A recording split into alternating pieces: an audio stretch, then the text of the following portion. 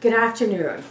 I'm Rochelle Lebhar, and I have a couple of ideas that I've been thinking about on how we can help our healthcare negotiations. I don't know of anyone who has read the 2,000 plus pages of the original healthcare bill. I don't think many legislators have read it either, and I admit I didn't as well. With all the chatter of what is important in this new revision, or even in the original plan, the two things that I don't hear are A, the importance of the care the patient receives, or B, what the consumer wants. So here are a couple of thoughts on how we can improve it. For insurance companies, they would go into cities and communities and sign up the people for a health plan. There should be some consistency in plans offered by all companies of basic care so that consumers with a minimum of education or limited language comprehension can easily understand what is being offered. Then, a section of additional health care offered, and finally, any limitations or services not offered. Too many people have complained of deliberate obfuscation by the insurance companies. In this way, it lessens the confusion for people trying to understand what is covered and what isn't. Or they can concentrate on what coverage is most important to the purchaser.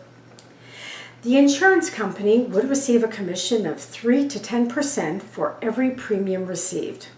The balance of the money would be put into a national pool of funds, and medical practitioners would be paid from that.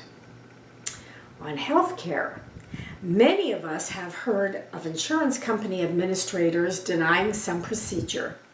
Instead, I think there should be a large panel of doctors, nurses, and health professionals deciding medical issues.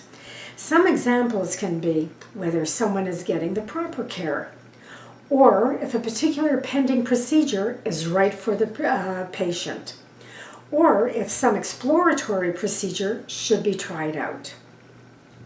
Whole families should be part of a plan. Children should be inoculated. If there are issues, then a social worker or other professional can look into it. Example, a child is not doing well in school. Behavior issues can be attributed to either schoolwork, other classmates, or problems at home. If there are alcohol, drug, physical, mental, or other abuses, then some treatment participation will be required. Perhaps someone in the family is out of work, and that can cause emotional problems.